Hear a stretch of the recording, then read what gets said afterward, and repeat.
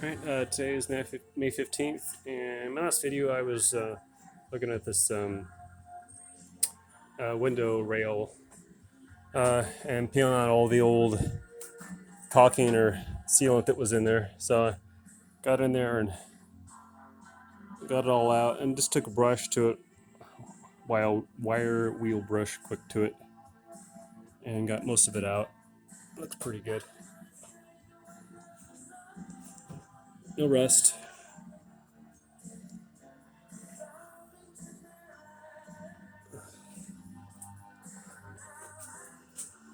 So that's good.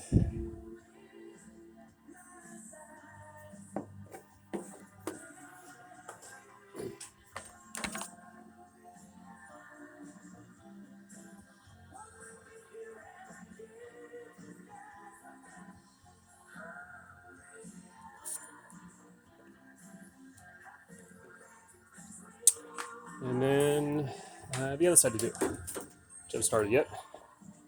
So I'll start that.